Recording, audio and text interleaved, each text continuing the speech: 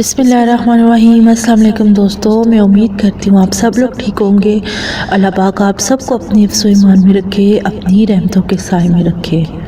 ख्वाब में अपने आप को गिरा हुआ देखने की ताबीर। हजरत इब्ने सीरीन रहमतुल्लाह अलैह ने फरमाया है कि अगर कोई शख्स ख्वाब में देखे कि मुंह के बल गिरा है तो परेशानी की दलील है, खासकर अगर वो जंग या खसूमत में है। और अगर देखे कि किसी जगह से नीचे गिरा है, मसलन पहाड़ या किसी खाना या किसी दीवार से, तो इस अमर की दलील है कि इसकी आरज़ू या मुराद पूरी नहीं होगी। हजरत इब्राहिम करमानी रहमतुल्लाह अलैह ने फरमाया है कि अगर कोई ख्वाब में देखे कि किसी जगह से नीचे गिरा है तो दलील है कि उम्मीद पूरी न होगी। अगर पहाड़ से नीचे गिरे तो दलील है कि गिरने के मुताबिक हाल होगा और इसके जिस्म को दुख पहुंचेगा। और अगर देखे कि इसको सख्त जख्म पहुंचा है और किसी अज़ू से खून निकला है तो दलील है कि इसके जख्म के मुताबिक नुकसान पहुंचेगा। और अगर देखे कि पाँव फिसला है और गिर गया है तो दलील है कि इसको रंज और तकलीफ पहुंचेगी। और अगर देखे कि गिरा है और इसको तकलीफ नहीं हुई तो यह आसानी और सहूलत की दलील है। अगर कोई साहिब ख्वाब देखे कि इसके घर के आस्ताने से सांप, बिच्छू और दूसरे काटने वाले जानवर गिर रहे हैं तो इस अमर की दलील है कि इसको बादशाह से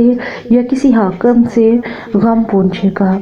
और अगर देखे कि बलाखाना या दीवार इस पर गिरी है तो दलील है कि इसको माल ऐसी जगह से मिलेगा जहां इसको उम्मीद भी नहीं होगी। इस वजह से बड़ा खुरम और शादा होगा और इसका काम कुशादा हो जाएगा।